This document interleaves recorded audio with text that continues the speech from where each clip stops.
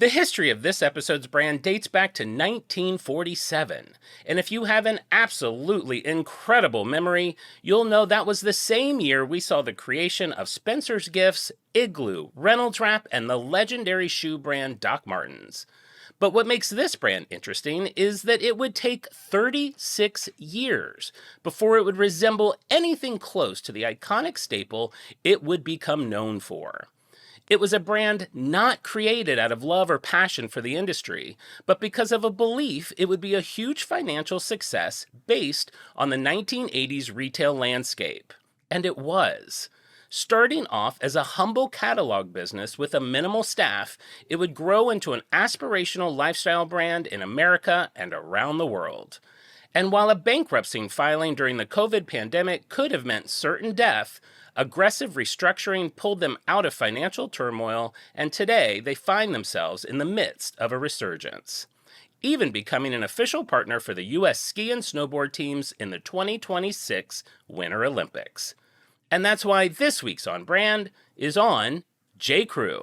We're all jazzed up, really having a cow. You want your favorite show, and it's on right now. It's on brand. Welcome to On Brand with Jon and Marisa. Hi, I'm Jon. Hi, I'm Marisa. Oh, J.Crew. J.Crew. Oh, Crew. I knew there was something in there. J.Crew, did you have any idea? When did you figure it out? So to clarify, this is about J.Crew and not J.Do, the knockoff store in the Eagle Rock Plaza, a mall full of fake stores. Fake stores. 24-hour fitness? 19-hour fitness. But yeah, they used to have a J.Do there. It's no longer there. But nope, this is about J.Crew. Iconic brand. Iconic brand. Aspirational. Why am I doing it? You know, I would say J.Crew, I don't know. I haven't determined if it's on brand or off brand for me. J.Crew for me is like Pottery Barn in the sense that it's like, it's this life that I feel like I've always been aiming for, but I never quite get there. I feel like J.Crew has like, it's only for thin people. Like I'll buy something on sale, even though on sale it's so expensive, but it doesn't look good on me, but I want it to. Like I want to be running around town with a weathered paddle for like my canoe. Sure. With my happy dog and my like fuzzy little sweater and my Birks and like look hot with my blonde hairy legs and just be this boy that I could never be. I feel exactly the same way. And I haven't been in a J.Crew in a while. So my reference point is probably 10-ish years ago. But to me, it's like rich, Hamptons. It's old money. It's like you got your paddle, you got your dog, you got your striped little sailor shirt, you got your monocle, you got your cane. Nautical. Monocle. Your Monopoly man. You got your little Your cane. big sun hat, you're on the back of a boat. It's a life that like I think now I'm like I don't want that life. Wow. See, I still want to live by water, so I don't mind this life. I mean, if I never set foot on a boat again, I'll be a happy woman. I mean, I don't need to be in a boat, but I want a sunset. You can't have that life and not be in a boat. Sure. I can just have a pier. I love sitting on a pier at sunset. Sure. On a lake. Yes. I do that when I'm in Ohio at Landon Lake. Piers are great. J.Crew is very pier. It's very, there would be lists going around. I don't know if this is still a thing where you would hear like, in every magazine, every month, somehow they're reprinting the same list. 10 items of clothing every woman needs to own. Here's what it is. Trench coat. Here's what it is. Crisp white button down. You need black trousers.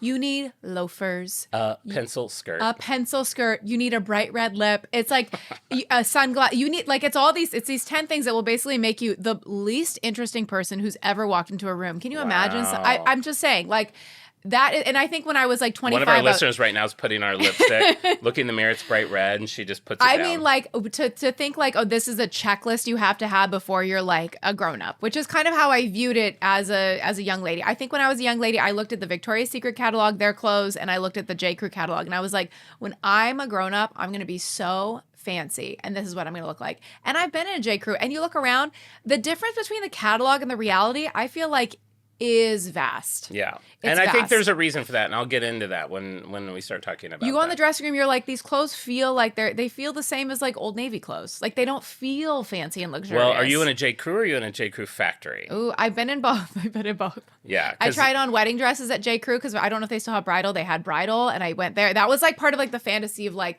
I'm starting my new life. I'm gonna be a kept woman. Now it's time to start my J.Crew journey with a J.Crew wedding dress. I ended up not getting a J.Crew wedding dress. I got one for like $100 from like a direct to consumer Chinese website.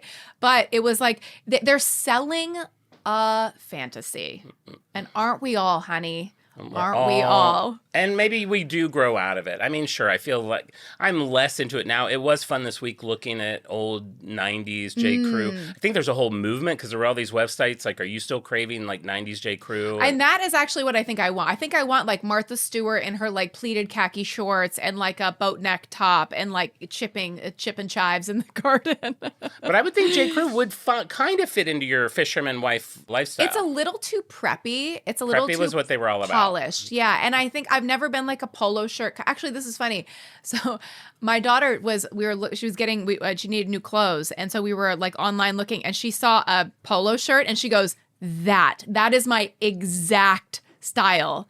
A navy blue polo shirt. So she has all these polo shirts coming in the mail. She's going to look like she's working like poolside at a resort. I mean, I enjoy a polo shirt. Did you ever go through like the Annie Hall phase? Did you wear like a men's Trousers? tie? Yeah, I had like a vest and like some khakis. That was very Meg Ryan, You've Got Mail. But my last preppiness was in elementary school. Our school did not have uniforms, but I bought uniforms and wore them anyway. And that was pretty preppy. It was like polo shirt with like a, like a straight kind of jumper and like shorts. Very, very preppy. I guess the East Coast old money fantasy was always there. And I just couldn't. It's like, yourself the older you get. And it's like, that's not me. You know what I mean? Yeah. I always joke, I stopped being a vampire when my friend bit my neck until I bled.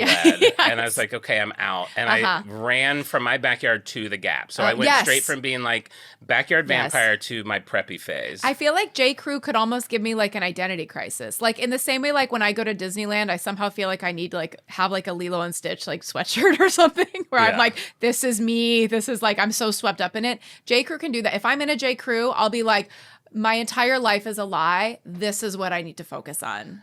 That's interesting. I'm analyzing it more. I didn't really during this week. I'm wondering because I had the same feeling when I was in Banana Republic That'll do anytime it too, also. yeah, real and clean. Banana Republic, I felt like it's like, I'm not this adult. Sure, like I it's feel like grown up. I'm supposed to be like on Wall Street in like a very thin leather belt and an attaché. And J.Crew wasn't that style, but it was also like, I don't know if it was a gay straight thing. Like it feels like a straight store. J.Crew does? I think J.Crew feels gay to me. It's like you get like Bermuda shorts for men with like little tiny seahorses on them. Yeah, but that's what like rich like frat boys wear. Like They're you're not gay. seeing.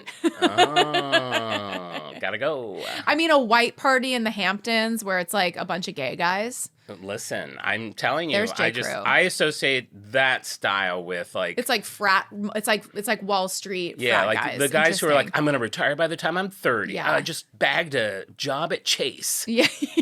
And on the weekends, I wear my Cool. little duck shorts Cool. and whatever, my Yeah. woven belt. That's them. That's them getting crazy. Is like a sweater with a dachshund on it. And I was always digging through the sad little, still expensive sale bin. Sure. I would get straight to the sale rack at J.Crew. I would get the wool slippers. They for a period had really nice wool slippers that I liked. I would get a sock. I'd get maybe like a scarf.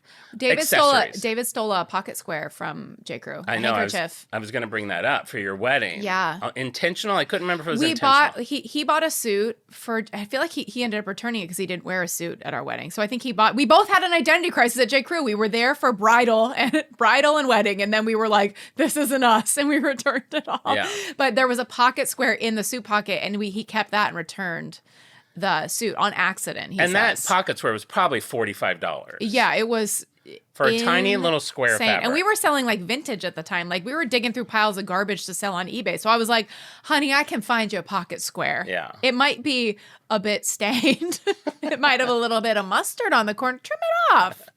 Trim it off. All of this being said, I still never hated the store. Like, I No. liked going in there. I would always wander in. It's a pleasurable shopping experience. It's clean. The staff is helpful. It's just clean. The staff is people that I feel like wouldn't be my friend, though. Like, none of the women were like, oh, yeah, maybe we should hang out after you're done shopping. Which I normally do go to stores to make friends. Well, you know what I mean, though. I know what you mean. I never saw. Uh-oh, I'm peaking. I can feel it. I never saw, last week my volume level apparently got so high, a little bit was clipped out because I have a theater voice. But I've never seen anyone that works at a J.Crew that I felt like was my peer. It's for aspiration, not camaraderie. It's women who at some point have dug the middle out of their bagel because they're not eating carbs. Sure. We're just on. I'm like, can I have your middle? I'm walking around with a Ziploc bag collecting their middles, shoved in your cheeks like a squirrel. I think in a J.Crew is a place where I'll become really self-conscious about how dirty my shoes are and how stained my clothes are, and you know what I mean. Where you're just like, I got to get my life together. I'll pass myself one of those long mirrors and see like a big like avocado stain and like my toenails are poking through the front of my ballet flats, and I'm like, girl. It's rough. Let's start at J.Crew Factory and work our way up here. Gap, I felt comfortable. J.Crew, I didn't. Gap is more street, more like urban. J.Crew feels, I don't know. It's like a different thing. And I have that same thing too, where you're feeling like it feels too mature. Like, even though I'm in my mid-30s. Just about 40. You're like, hi, 40? Is that you? Surely it can't be. Nobody's home. Nobody's home. If I put on like true like high heels, I feel like I'm a kid. I'm like, I'm not old enough to wear high heels. It's how I feel. When I wear a suit, it's all like I must be going to a funeral. Yes. Like I'm not. I never grew up. I kind of hate it. You hate that you're so youthful. Well, I don't know. Like, shouldn't I feel like a man? Next week, you in a suit. I feel like that too. It's like you put on like lipstick. You're like, I'm like a kid, like playing in mommy's makeup. I'm like high heels, you see people in their 20s that just like act like grown-ups. And no, we're kids. We're kids. That's why we're podcasters. We're pod kids. By the time my parents were my age, they had 5 children. And I'm like, I have 45 totes. Kind of the same thing. All right, well, we'll get into J.Crew. Before we do, we always have to have a little banter. And I didn't know what you wanted to talk about. Did you want to talk about, let's see. I don't know. Not much happened this week. I did go to a secret, one night only Lady Gaga show. I'm sorry, what? At the Wiltern. That's where I got this shirt. I guess we could talk about that. Okay, that sounds pretty interesting. Yes. I guess we could talk about that. That's pretty Apparently, interesting. you kind of had an idea. Here's the whole story. Lady Gaga on Monday announces out of nowhere, one night only show in Los Angeles. Tickets are not for sale. If you are able to go, you will get an email with the opportunity to join a lottery to buy a ticket. Based on what? How are they picking people? Nobody knows. What? One, more than likely, you had to live in LA.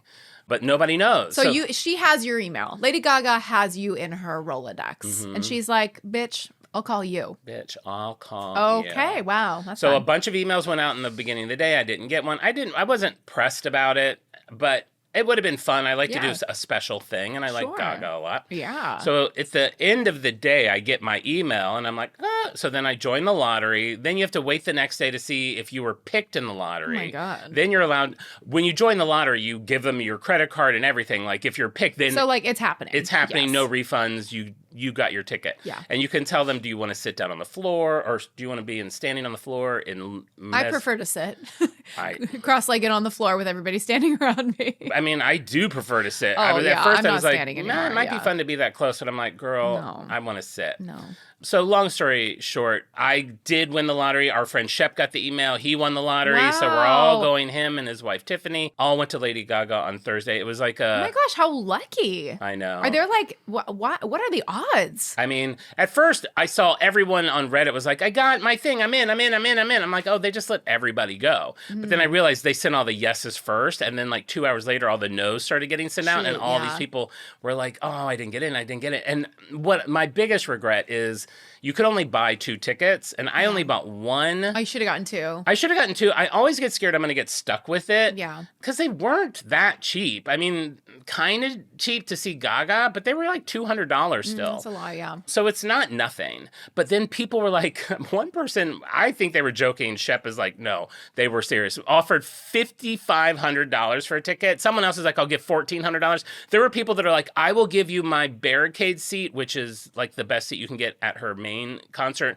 where you're on the wall where she walks by. The closest to the, yeah, okay. They're like, I will trade you a barricade seat for February for one ticket to the, like, and I want to see her again in February. So like, I could have gotten that. People were, I'll pay for your ticket and my, like, I could have definitely gone for free or seen her again for free if I just had, and there were tons of people there waiting. Like, someone flew in, they were on Reddit all day. They're like, I flew in, I'm already in line, I'm number 40 looking for a ticket. And I saw him post that throughout the day. I don't know if he ever got a ticket. Oh my God. These fans are really into her. Oh, like, this is also how I'm like, I'm not a Swiftie. I'm not a monster. Though, that being said, I'm glad that it was a camera-free show. We had to lock our cameras in a bag. Oh, that's fun. Because like halfway through first song, I'm like, pause up. I'm like, rah, rah, rah, ah. I'm like a little monster with all these like young kids around me. Because you just get into it. Sure, she's so into it. Get into it. It's funny. It's like there's so many ways to be a fan now. You know what I mean? Like, I'm sure there are the Taylor Swift people who love the like message board community. There's people who like the shopping aspect of it. There's people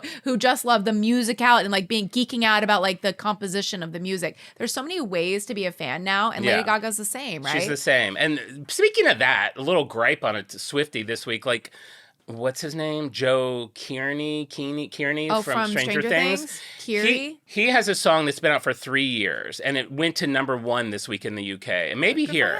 And it's very exciting. It's a great song. As soon as it went #1, a Swiftie posted like, Joe just knocked Taylor out of #1. Let's get her back in. Like, everyone, like, and everyone's like, and I was so happy that I looked at and everyone's like, girl. What are you doing? Like, she doesn't need you. Like, he's amazing. We can celebrate other people. Can he have a turn? Like, can we, like, let other people have, like, 1 sec? And he'll probably be, like, knocked off anyway, like, in a week. Like, let him have a moment. Because, of course, like, this week, Taylor re-released that song in, like, another format because she does want to be #1. But it's like, who are you doing that for? Who is like, that for? Like, that's anyway. a certain type of fan. The people who are the stats Swifties. Yeah. God, yeah. And they think that's the dorkiest subset of fandom. It's a big obsessed with the stats. I just like the music. She played the entire Mayhem album. That's fun. Reinterpreted. And I'm also the kind of fan, I'm like, because afterwards it's like, oh, she did, because oh my God, all day. So early in the day, Shep saw posting that someone said, okay, I was at a rehearsal.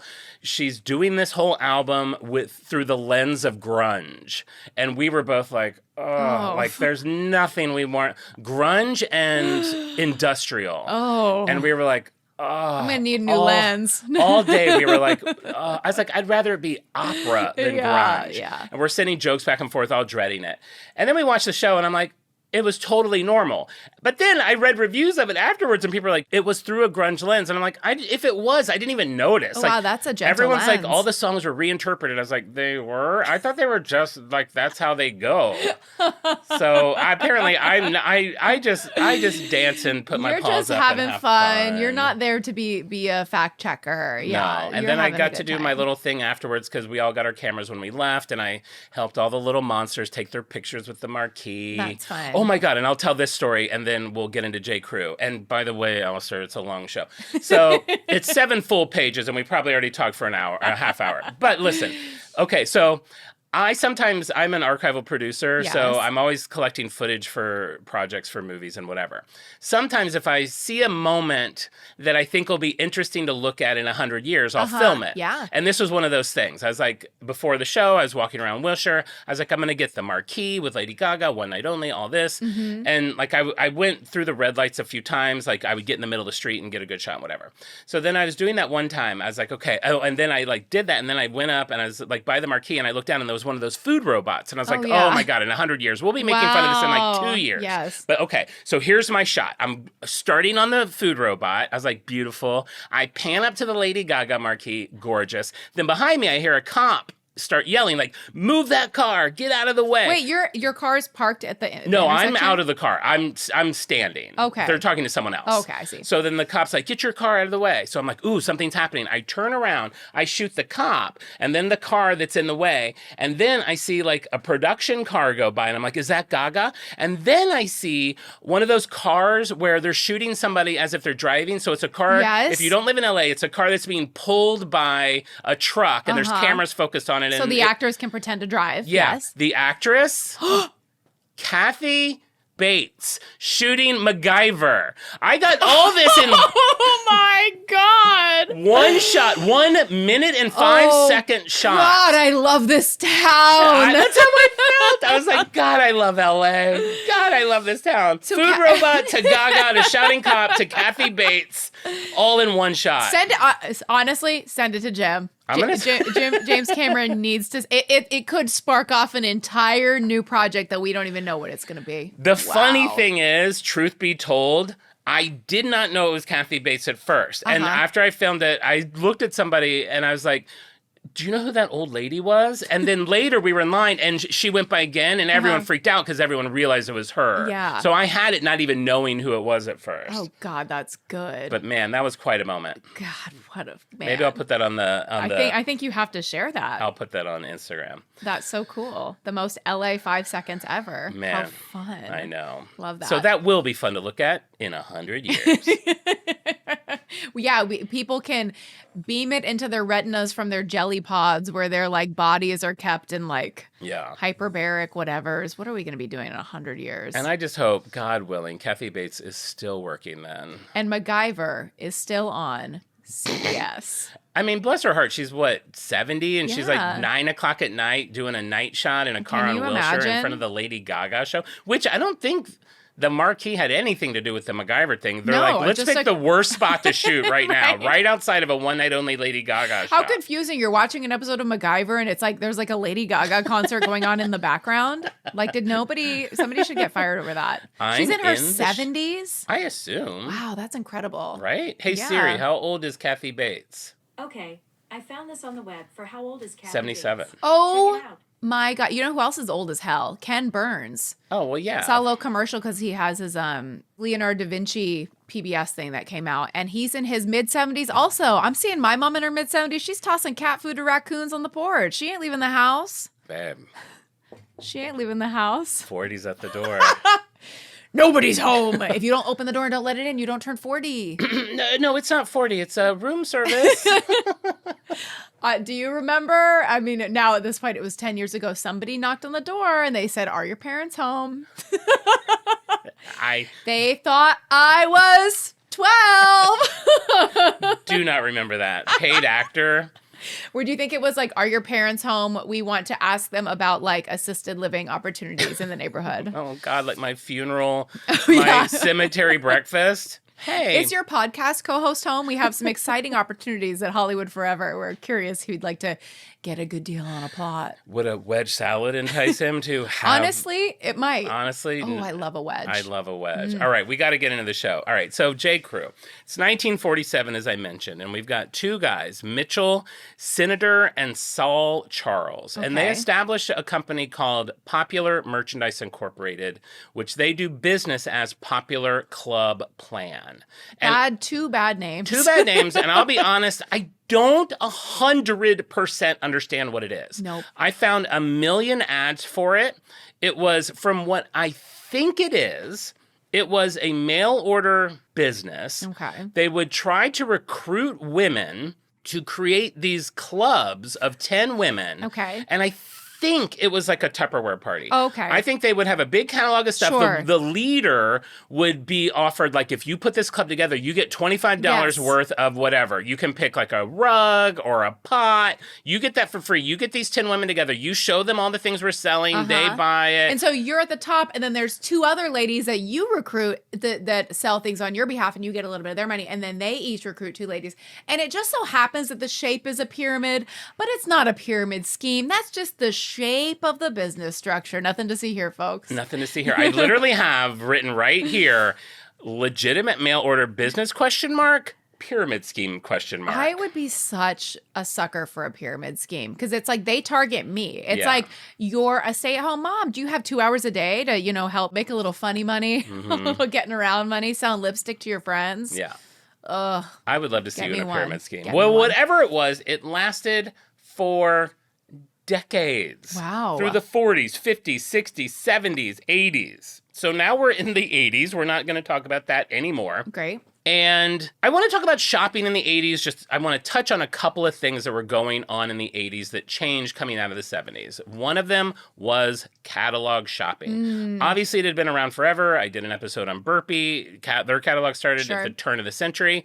But catalog fashion shopping and catalog home shopping. I mean, Sharper Image, that was it. Yeah, we talked about that. Yeah. Really went through a boom at this time. Sure. And you had the grandfather catalogs. You had Sears catalog. You had Montgomery Ward. You had J.C. Penney. Sure. And those were kind of like huge phone book sized catalogs. We used them as like Christmas wish catalogs. We would go through it and circle everything we wanted in them. Were those the ones where like the pictures are like the size of a penny? Like there's so lot of many times. things that they're so tiny. A lot of times. And I'll say one of my... God, this is going to be the nerdiest thing I ever said. I think only Nick Weiger might appreciate this. One of the jobs I used to work for Fox. And so I had access to the Fox Research Library. And one of the things they had there was this enormous, massive magazine and catalog collection. And they had like all the Sears catalogs going back from when like the 1800s. And I would go there, like do whatever work I had to do. And then I would just sit there for 2 hours looking at old Sears catalog. I mean, it started out like they're selling like chickens and like feed and like, and just through the years, all the different things that you could buy through these catalogs. It was so fun to look at. So fun. But a real nerd adventure. Love and that. then you started to get these like more niche catalogs. So this is when we start seeing Land's End become really popular. LL Bean, Banana Republic is selling everybody on the safari vibe. You had Victoria's Secret hitting the scene. In 1982, the Victoria's Secret catalog brought in $7 million with their panties and bras. So you had all these little niche And things. teenagers in their bedrooms have never been happier. Oh my God. I can't even tell you. This is embarrassing. Children, cover your ears. Like just looking at like the men's underwear section of like a Sears catalog. Yeah. Lumpless, like nothing going on. Maybe a hairy chest was like You're seeing a belly button. a belly button, a hairy leg. And back in the pre-internet days, like you're just cooped up with your siblings all day, and all of a sudden, like you've Nowadays, for teenagers, if it's not a 9-person bukkake, it's like I can't even get it to move. Wow. I'm trying to remember if that's the first time bukkake has. We should have bukkake on the bingo card. From now on, that square is dusty. That square is dusty. All around the world, people are hearing this. That's people blowing the dust off the bukkake square of their on-brand bingo card. Isn't there a saying? Then someone could use that saying, didn't see getting bukkake on my bingo card this year. That's right, yes. And the reason catalogs were taking off 80s was like the time of yuppies. You had people getting credit cards. 800 numbers were becoming more prevalent. It was just all about ease. It was a way for people to follow trends. Like I said, there wasn't internet. So people would look at these catalogs for hours. They had nothing else to do. They were in terrible marriages. People cannot understand how boring life was, and like the things it that wasn't. it didn't feel boring. didn't feel boring. Compared to now, Yeah. like the things that you could do to pass the time. Like I was thinking, I walked past a coffee shop, and there was a guy who was doing a crossword puzzle in a newspaper, which is something I also like to do. But it's funny that doing anything not on your phone feels so performative now. Like if you walk by and you see somebody like with a big newspaper and like doing a crossword puzzle or like sketching in a notebook, like part of it is like, I feel like in their head, it's like, don't look at your phone, don't look at your phone, don't look at your phone, don't look at your phone. You know what I mean? It's like everything feels so like performative, like, but that's just how life was. You could just be sitting and staring. You could be flipping through a Sears catalog for 2 hours, having the best time. I know. Oh man, I know. It was a great time. it was a great time. And you learn, like when I was at Gaga and they take your phones away, you realize how much You'll reach will for it. reach for it. Like, because I Yeah. just want to photograph everything Sure. and take pictures, but Could you have had a camera, like a digital camera? no, you couldn't even bring a bag, Oh, like even a wow. clear bag. It was like You had to be nude from the waist down. 100%. That'd be an interesting concert choice. Make all the attendees be nude from the waist down. Gaga I could see She her could do doing it, that. yeah. Well, y'all have to dress like the underwear models in a Sears catalog. Yes. It was for Apple Music, and they were filming Okay. it, so Oh, I think I it's see. officially good. It'll come out at some point. But that makes sense too, because you also don't want to see people seeing phones like in a footage of a concert. It's like kind of a turnoff. I know, it was neat not to see that. The only bummer about it was I think they wanted the audience to be behind her in the background a lot, so she had her head. She was facing away from us a lot of the time. Oh, really? To like make a good shot. Like playing the piano was Yeah. away from us and not towards us. That makes sense. All right, so catalog's big thing. The other big thing going on in fashion in the 80s was just fashion brands popping up everywhere. We're coming out of the 1970s where everything was like, oh God, is there a worse decade? Everything's worse fabrics, worse colors, olive greens, rust, orange, yellow. You are itchy in the 70s. You're thick. itchy. It's like you're wearing a thick. There's not like crisp like collars. It's like a rounded polyester, whatever. Polyester. Your armpits are rank. It's rough. Yeah. So we're coming out of that, and immediately in the early 80s, this preppy aesthetic takes off. And I started to remember it. Like, I loved the show Facts of Life, and I know that was a boarding school, but the girls were wearing ties, different strokes. They were wearing little suits, family ties. You had Alex P. Keaton. Family ties really kind of sums up that whole transition period, because you had the hippie parents who, they didn't dress like hippies, but they were hippies at heart. And then you had Alex P. Keaton, played by the wonderful Michael J. Fox, who was like a Reaganist and like always in a suit and tie and as preppy as you could be. He's representing the next generation. Yeah. Yeah. And there were all these brands that were happy to supply that look to people. We had Ralph Lauren, we had Izod, we had Tommy Hilfiger, we had Lands' End, LL Bean, and they're all selling polo shirts and button-down classic sportswear, everything that the preps would want to wear. Even just you saying that, I'm like, take it all back what I said. I'm all in. I know. I want a hunter green library in my house with like all the books. I want a fireplace, even Coca-Cola, which talk about a perfect synergy for me. Coca-Cola got in on the preppy scene. They sold Coca-Cola rugbies, but they all said Coca-Cola really big on them. Like most of these things were a little more discreet, but like everybody was into this vibe. God, so cute. All right, so you remember at the beginning of the show, the company that started was Popular Club Plan by Mitchell Cinader. It's now being run by his son, Arthur.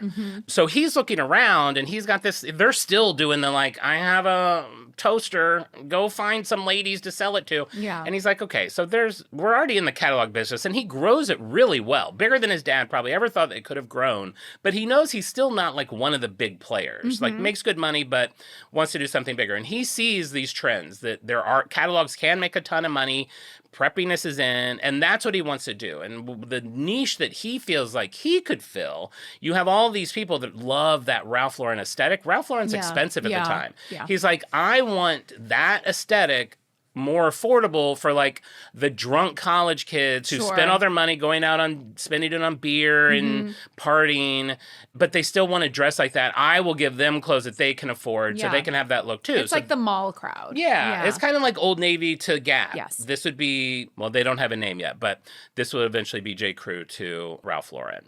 So he spends the next 2 years putting together this company.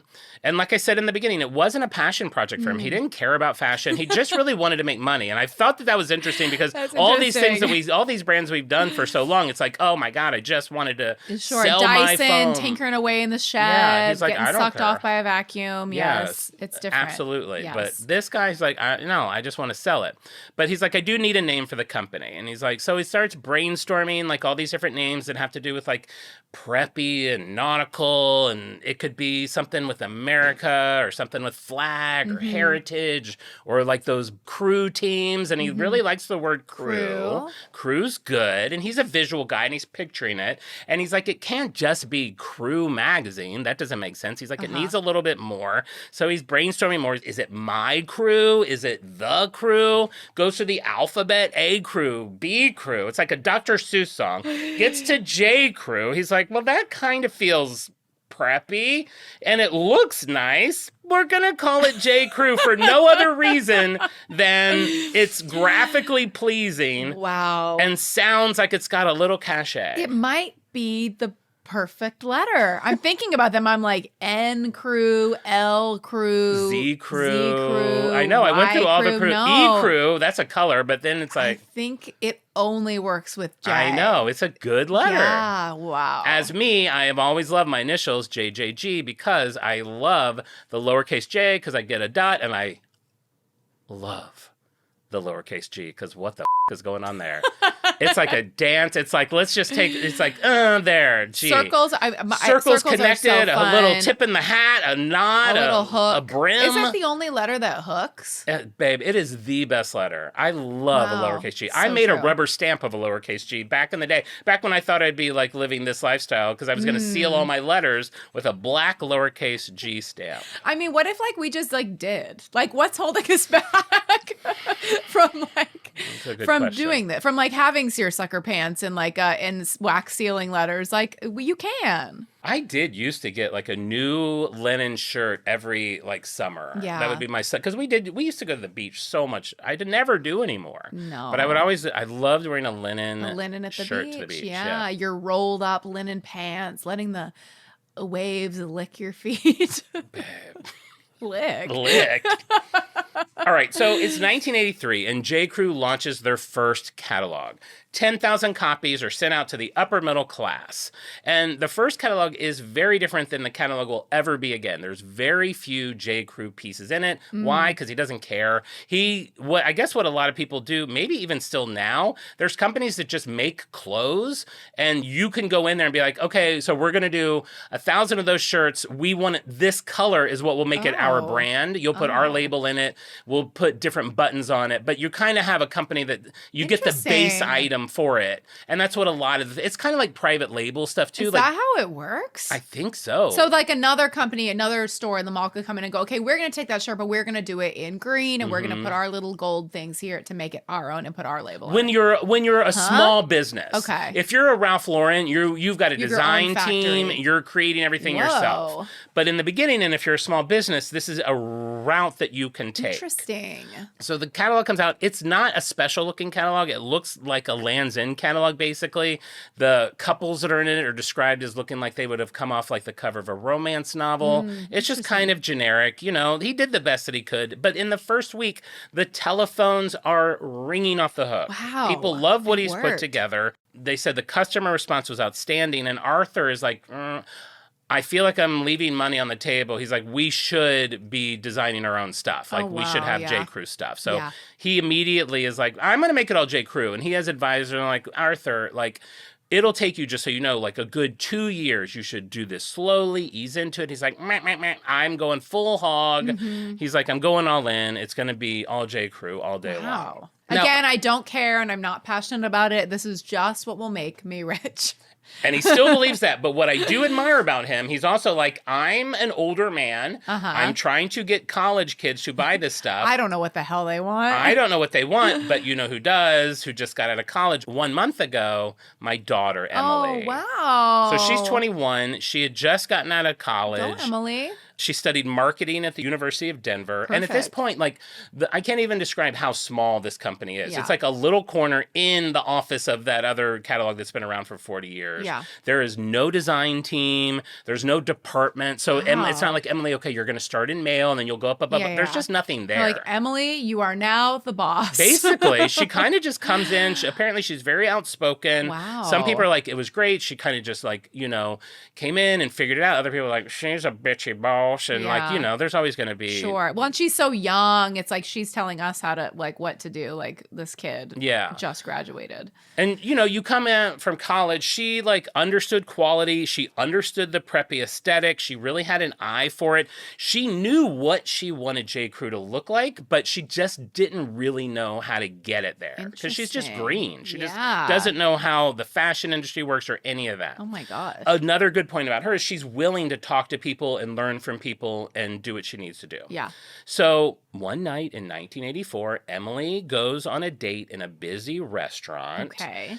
Her date brings a friend who is also bringing a date. So she's essentially on a double date. Okay. She starts talking to her date's date, Tierney Gifford Horn, who was newly hired at Vogue magazine as a fashion assistant. Okay. And this is like Emily's dream. Wow. She's like, I don't care about my date.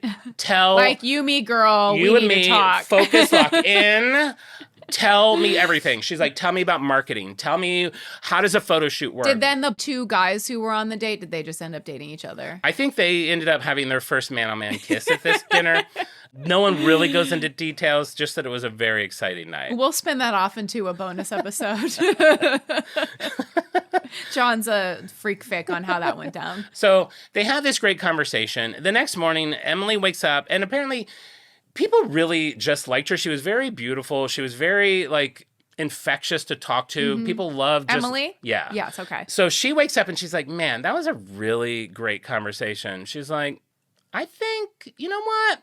So she reaches out to Tierney and she's like, listen, I know you just got this job at Vogue, but I have this catalog that has absolutely nothing going for it yet. And I would like you to come work for me. And Tierney's Wow. like, what are you talking about? She talks to her coworkers like, you're insane. We will take you to a mental institution if you leave Vogue. Nobody... To go to this Unknown. Who knows what this is? First catalog looks like Land's End. Wow. But she liked talking to Emily so much. She's like, you know what? I will leave Vogue. I will join you. There's something cool about having an opportunity to really like make your stamp on something, which I mean, Vogue has already stamped. You know what I mean? Like you're not going to like forge a new path for Vogue. You're absolutely not going to So forge she it. probably got excited about like, I'm going to like build something. Yeah. Yeah, I love and this that. is probably back when apartments in New York were like $800 instead of like $7,500. Sure. So she takes the job. She shows up at the office and she's a little bit like, what the fuck? So this is your office. It's this corner of this large, strange catalog There's studio. like old women with like phone headsets on the other side of the room. Taking orders for like blenders. You who wanted knows how what. many blender? Yes, it does come in passion pink. Absolutely. We'll get that out by Monday. Yeah, so she's planning her escape. So she's like, what did I What do? is this? What's Yeah. going on? But Emily fills her in. She shares her complete vision for what she thinks J.Crew could be. Mm-hmm. Her big thing is she wants it to be more like a fashion magazine than a normal catalog. Okay. She wants everything to look like it was snapshots taken in real life.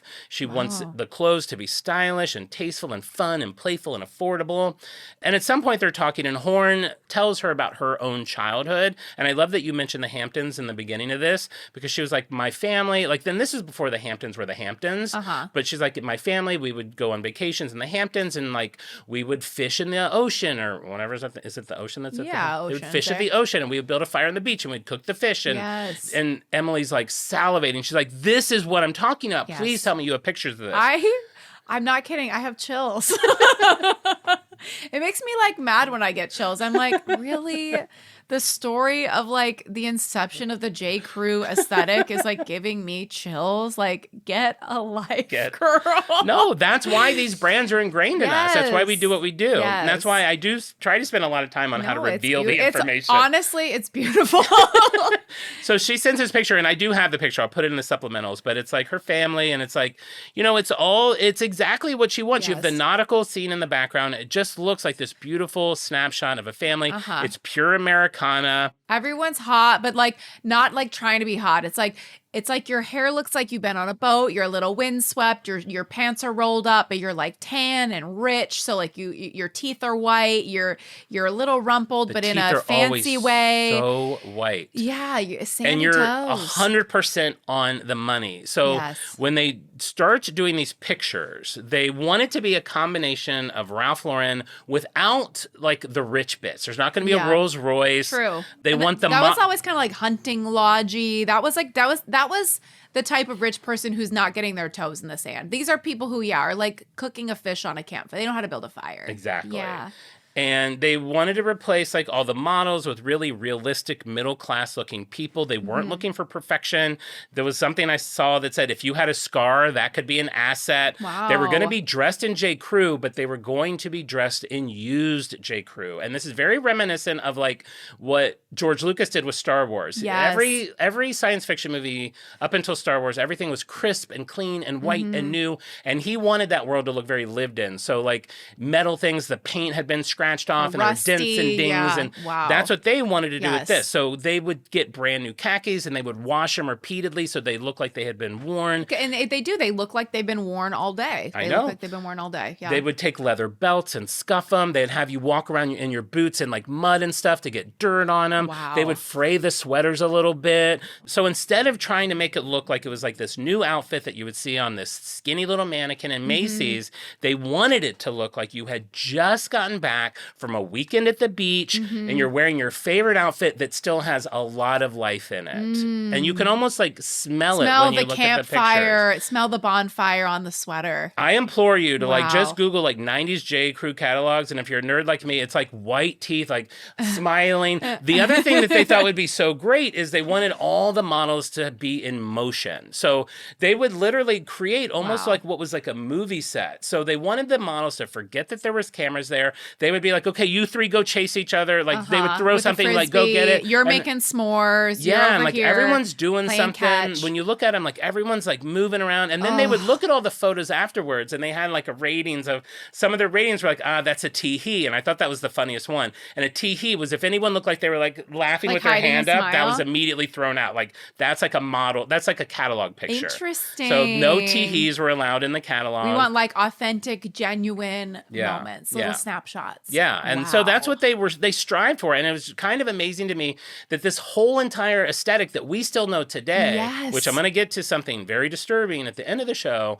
was based on this photograph that they got from this woman that they like. Well, and the vision of somebody who's that green, that new to an industry, to have like that this is actually what will connect with people because they're tired of like real life is not a posed model in a catalog. Real life is being out in the world and living in these clothes. For somebody like that to have that vision. I know. And even to say like, oh, the imperfections, like, sure, your teeth are still white, you're still hot, but maybe you have a scar. Like that's like a very 2025 thing. You know what I mean? Like Totally. to think like we want to show people looking a little bit more. So to have that then statue in every town square. Every town square. There should be a marketing class in college on this woman and this exact arc. Maybe Wow. the college that we're curriculum at, Honestly- maybe we'll reach out to them and they can do it. This needs to be, there's a test is on Monday. Study up, bitches. J.Crew 101. Yeah. Wow. And I was thinking about it, and with it coming from like that aspirational eye, it's like you're looking at these pictures. You're in your 20s. You're young. You don't have money, and it's not just like it's like you see that, and it's like. I can live that life. Like if I get that sweater, look how that sweater's holding up. Like Yeah. it's not just this moment. I know that I can go through time with this thing, Yeah. and it'll become my own. Like God, it reminded me of I dated this guy in college. This is such a personal, like off-brand story, but I dated this guy in college, and I was obsessed with the way that he smelled. He just had his own smell, Yeah. and he left one summer and left his hat, and his hat smelled like him. And God, I could just live off of that smell. And I remember when he finally reconnected again, like I gave him a hug, and he was like, "Oh my God, there's that smell." He had a smell for me, and I Oh, didn't how realize funny. that. But that's kind of Wow. what this whole thing reminds me of. Like these like important pieces that are just everyday things, Sure. but they have such meaning Yeah. and like depth to them. Sure. And especially if you're projecting out like your fantasy of what you want your life to be.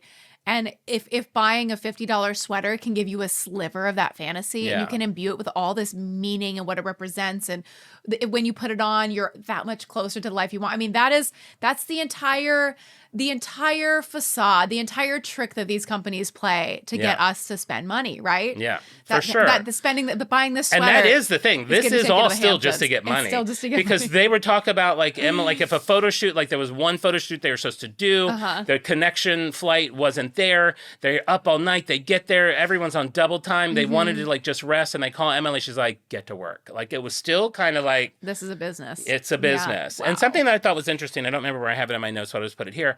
Apparently, the style of J.Crew grew with Emily during this time period, too. Interesting. When she was in her 20s, it was more like what someone in their 20s would be Juvenile, focused yeah. on. And as she grew up, it became more like workwear and like things that Yeah. she would be interested in. Wow. She would also, which, God, this is something I would love to do, she would scour like flea markets and everything for these props that we see in these things. So she's looking for Cool. like worn sports gear and used surfboards, slingshots, like a Wow. perfect dog, a rustic coat rack, like an old barrel, like just all that stuff that I'm always kind A of. jar of rusty old screwdrivers. 100%. She would love She would my love your screwdriver collection. Yes. She would absolutely love it.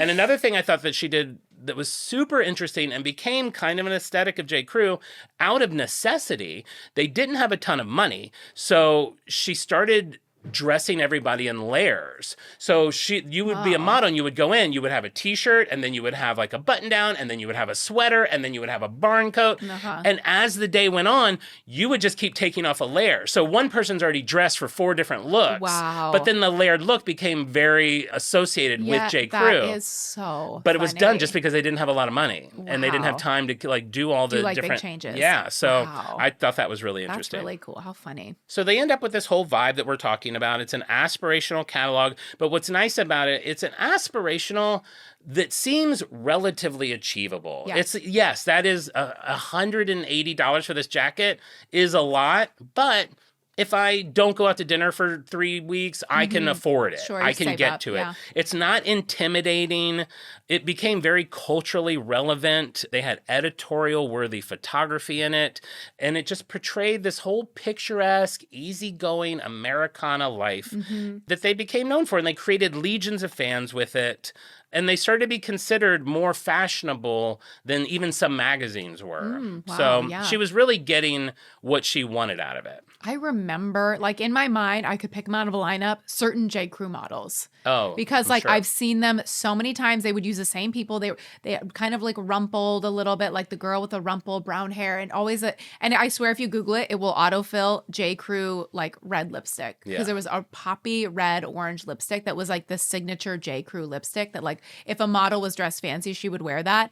But it just was so unique. It stood out from everything else. Like no, like a model from a J.Crew catalog would not be in place in like a Banana Republic or a Ralph Lauren or like they would comb her hair or like put a little bit more makeup on. It was they just really found something so specific that didn't compare to anything else at the time. Yeah. Yeah. I think that's very, very true.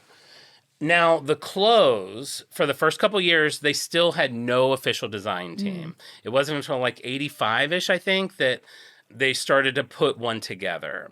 And everything that went into the catalog, Emily had to personally like it. She wasn't putting anything in there that she Wow. didn't like at all. It was very much J. Emily for a while.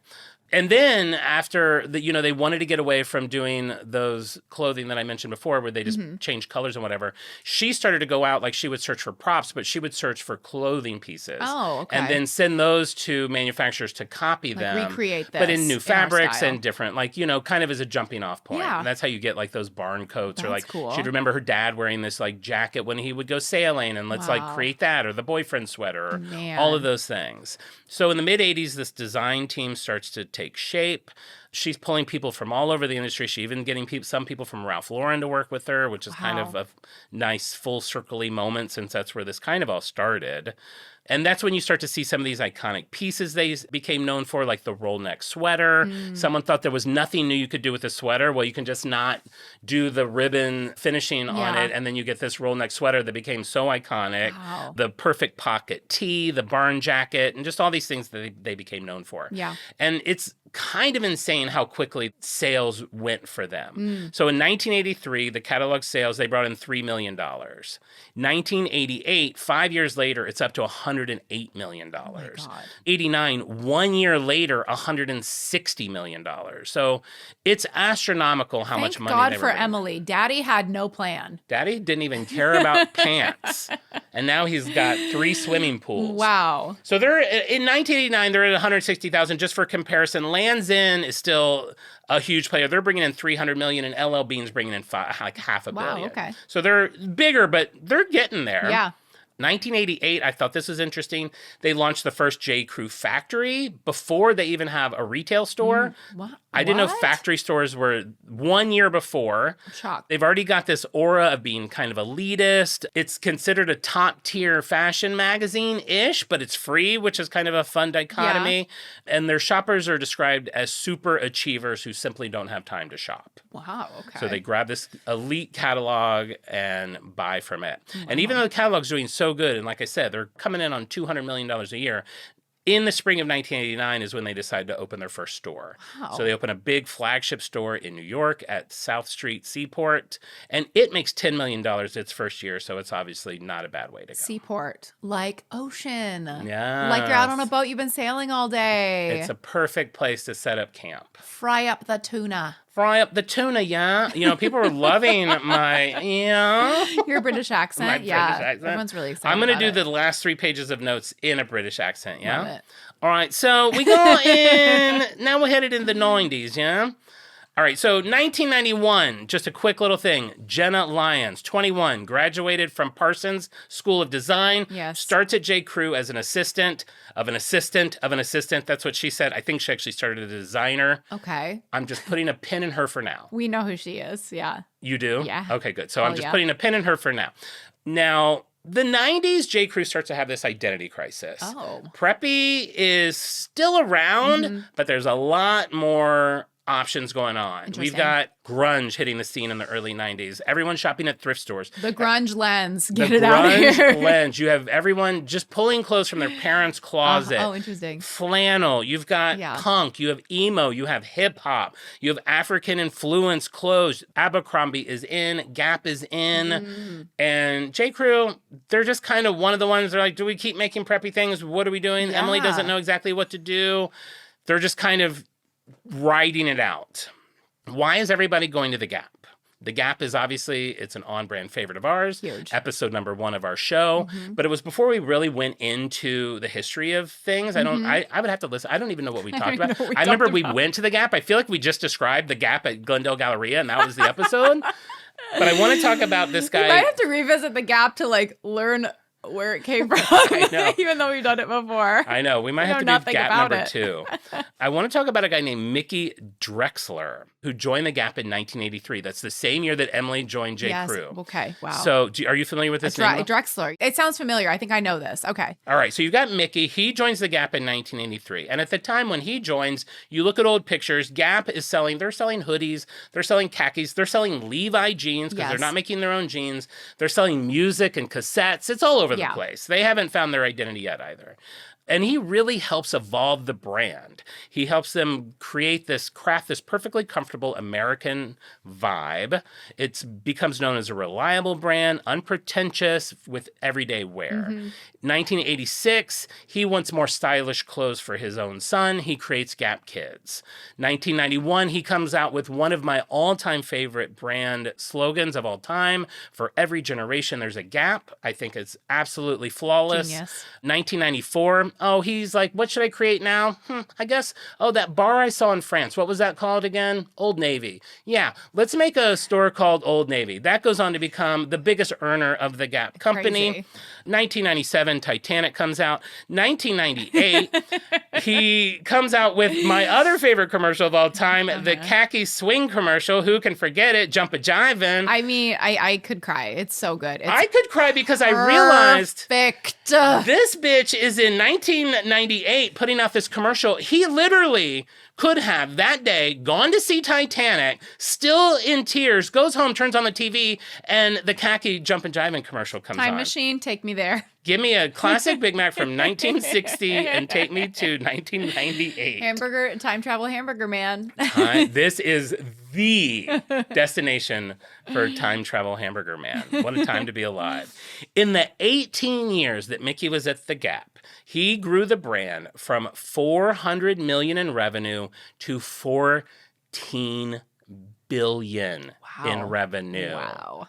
Then 2002, Gap sales go down a little bit. Their stock goes down a little bit. Mickey's fired. You're out. Wow. Get rid of him. In the meantime, while all that's going on that he's doing at the Gap, we've got Jenna Lyons over at J.Crew climbing the ladder. She goes from designer to design director to vice president of women's and men's. She's just growing and growing and growing. And like I said, the 90s, while she's there, it's all about just keeping J.Crew alive, keeping the brand surviving, figuring out who that they are.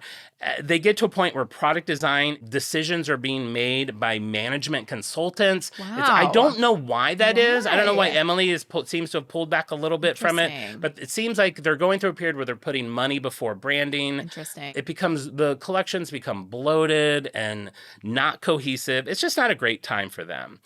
Emily, who spent the last 20 years really making J.Crew a household name, she dips in 2003. She's like, dip. Now, if you remember, a year Wow. earlier, Mickey just got fired from the Gap. So Yes. who is more perfect to step in?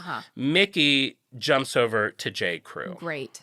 So Mickey gets in there. J.Crew's going through financial distress. They're considered a bit player in the fashion industry. And he's ready just to get to work. One of my favorite stories, and I'm going to try to just paraphrase it because it was a little long, that Lyons recalled her first time meeting Mickey. It was his first day, and he comes in and he tells everyone, I want you to know you are interviewing for your job. So it didn't matter how long they had been there. Like, you were Wow. interviewing. He's like, all right. Damn. So, Jenna, show me the entire women's collection. Show all of us. So she's in like a front of 50 people. She has to go through every single thing that they're selling at J.Crew. So she pulls up like 3 pair of pants. He's like, do you like these pants? She's like, I'll be honest, I like this one pair. I don't love these. He's like, throw those on the floor. She like pulls up a little poodle sweater. He's like, do you like that? She's like, I don't. Throw it on the floor.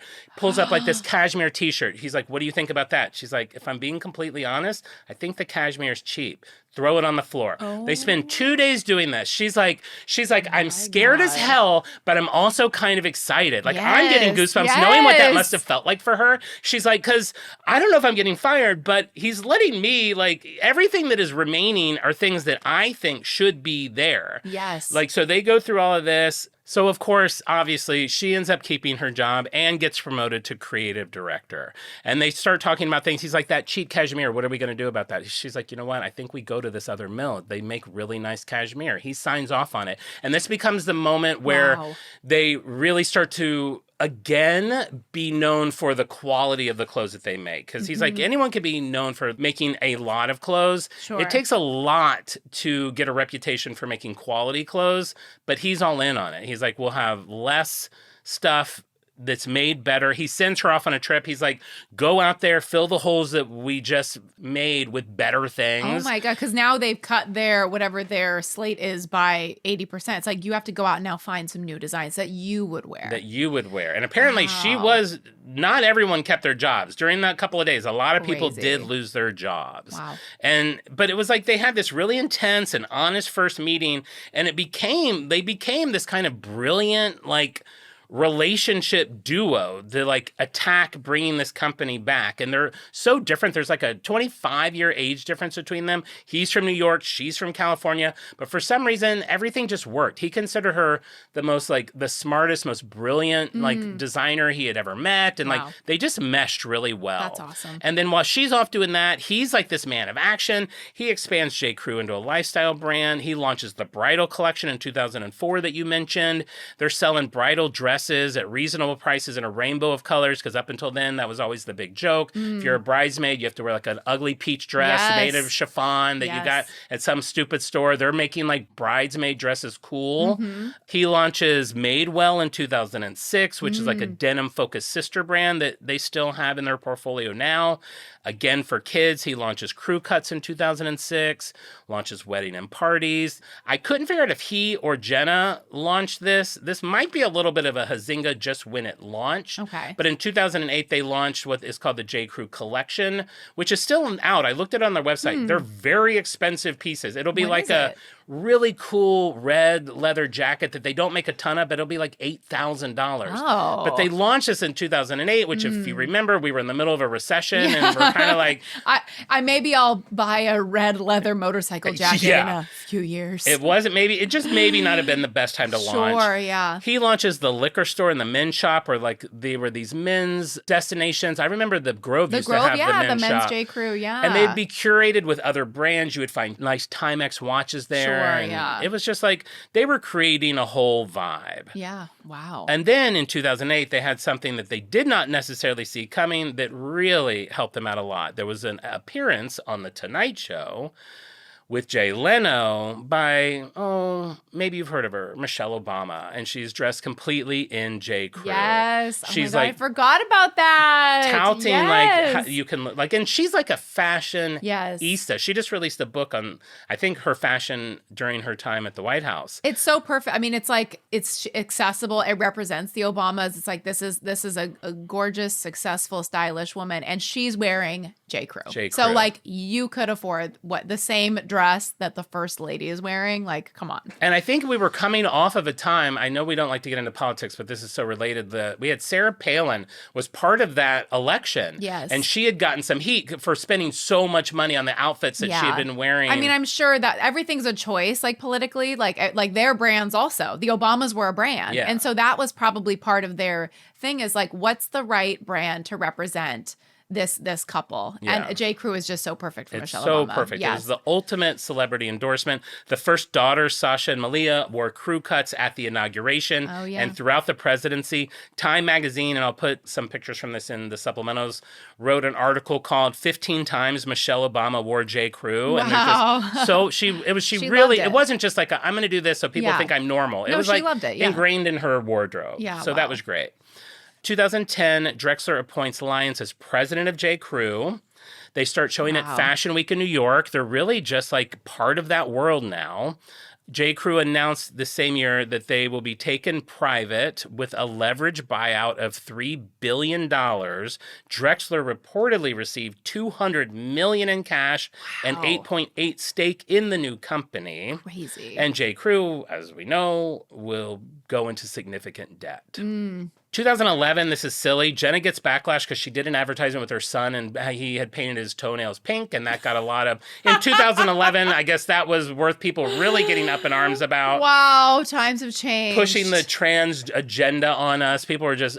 didn't know how to react to this at all. That is so weird. So silly. Wow, crazy. 2014, we see a kind of a rough dip. They go from a net income of $35.4 million to a loss of $607.8 million in 1 year. Yikes. 2016, their long-term debt is approximately $2 billion. They shutter the bridal collection. Now, in 2017, we got a brutal year. April 3rd, Jenna Lyon dips. April 25, the company terminates 250 jobs to save money. May 24th, Drexler says in an interview, we became a little too elitist in our attitude. We gave a perception of being a higher priced company than we were in our catalog, online, and in our general presentation. It was a very big mistake. 1 week later, Drexler dips. November 22, they announce 50 store closures. Who's running the ship at this point? That's a rough year. Carol in the mailroom? Who's making these decisions? Carol in the mailroom. We need a boss. My God. The only thing I put down for 2018, because I thought it was so funny after all this, August 6th, J.Crew announces a loyalty program. Insiders save 10%. For every 100 you spend, you can get a free pocket square. May, no, this is kind of fun. May, and this, I alluded to this in the open. May 4th, 2020, file for Chapter 11 bankruptcy. The first major retailer to do so in the COVID pandemic. Wow. Primarily due to heavy debt load from a previous private equity buyout.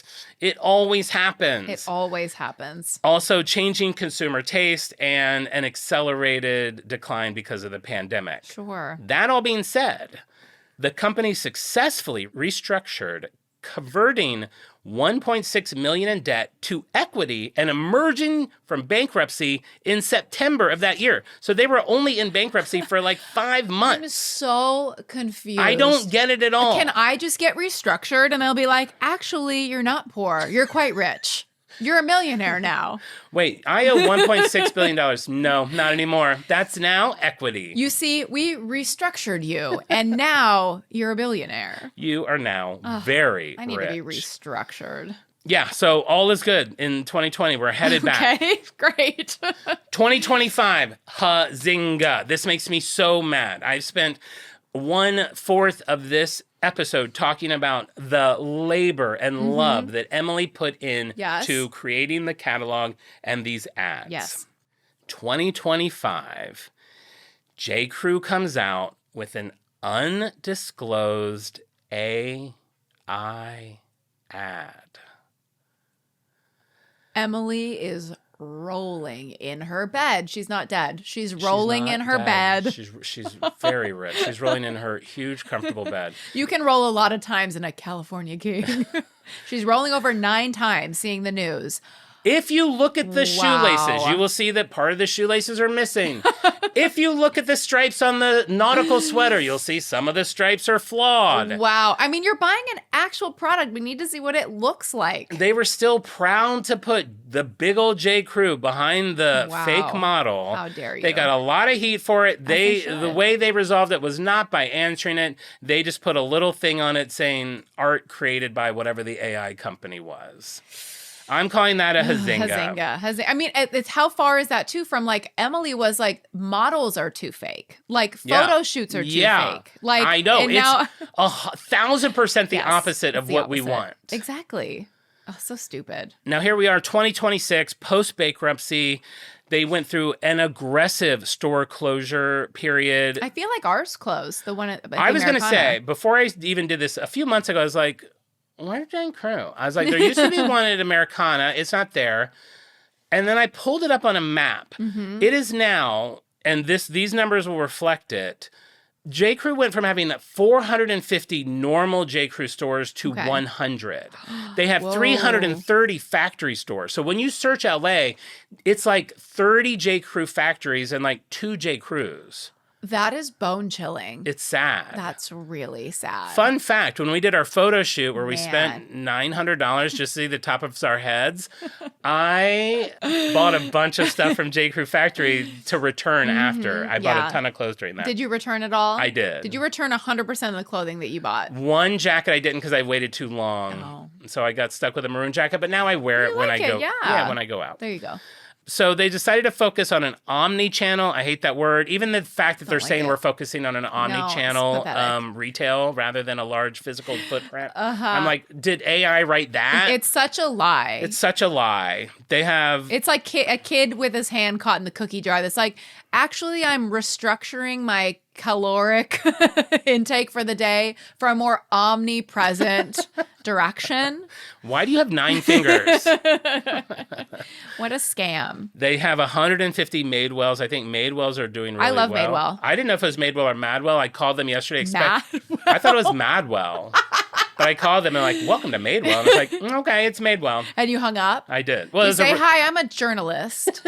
it was a recording. Making a radio but I was show. expecting to have to tell my credentials. Oh, wow. And then next week, I think from when this airs or in a couple of weeks, J.Crew will be represented at the Winter Olympics.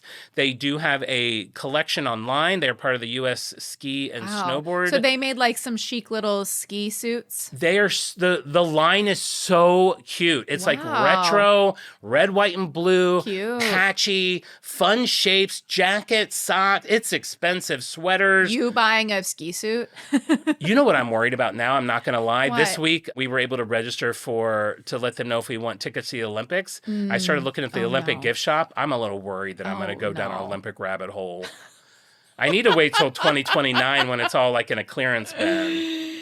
Babe, the next time I see you, you better not be head to toe Olympics. Lapel pin, t-shirt.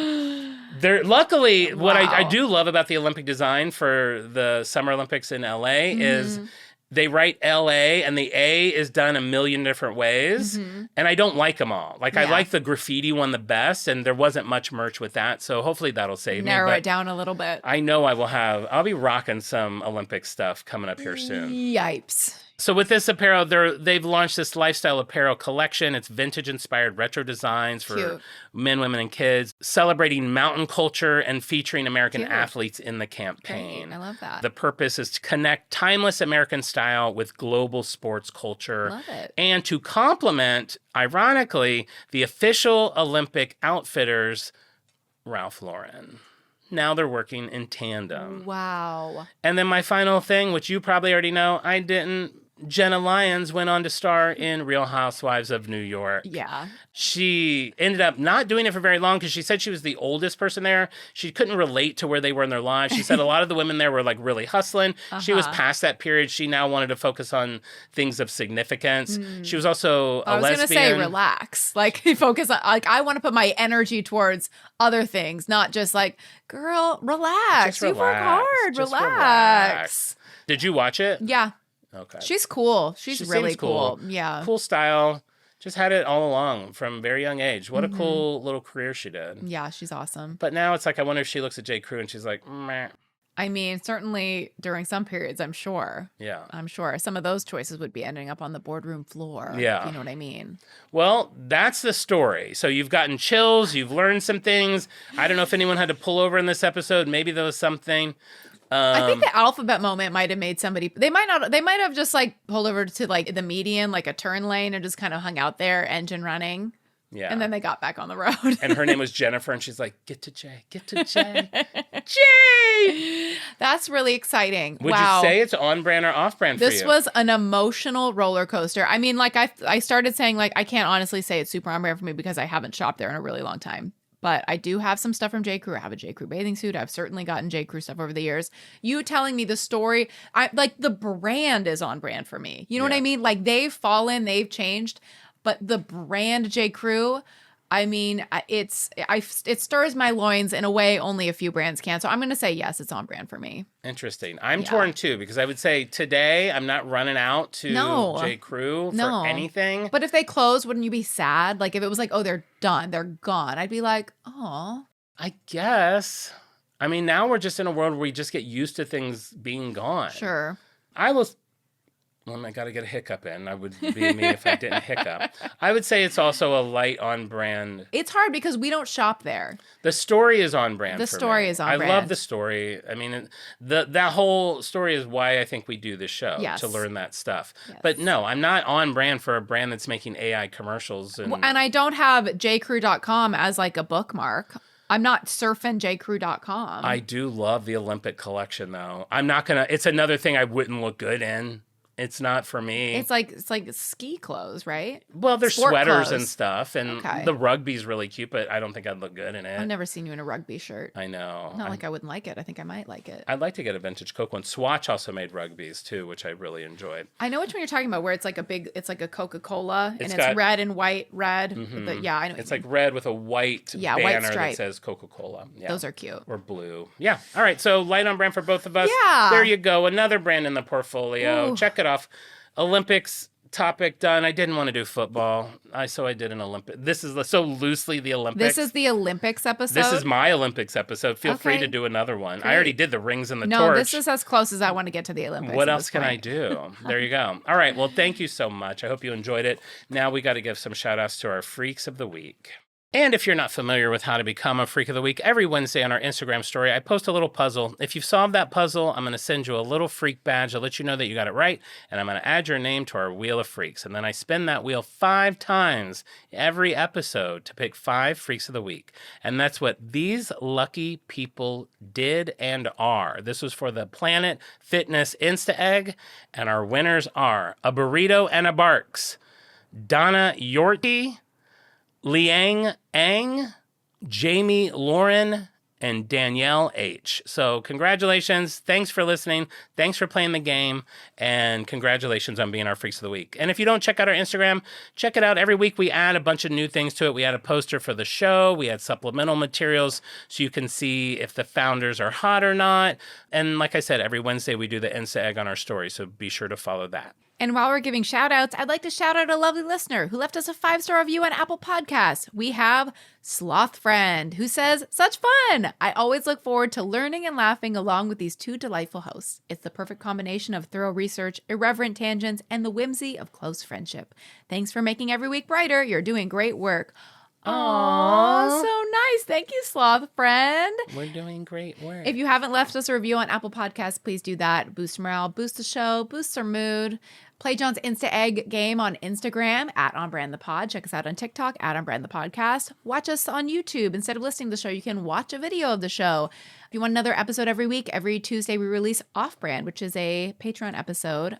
More off topic, less on brand. Lots of fun over there. We also have a Reddit that's run by Beardophile that posts fun little things about every episode we do. So be sure to check that out at On Brand Podcast on Reddit. And with that, we'll be back next week with an all new episode. And remember, we may go off topic, but we'll always be on brand. Bye. Goodbye. brand.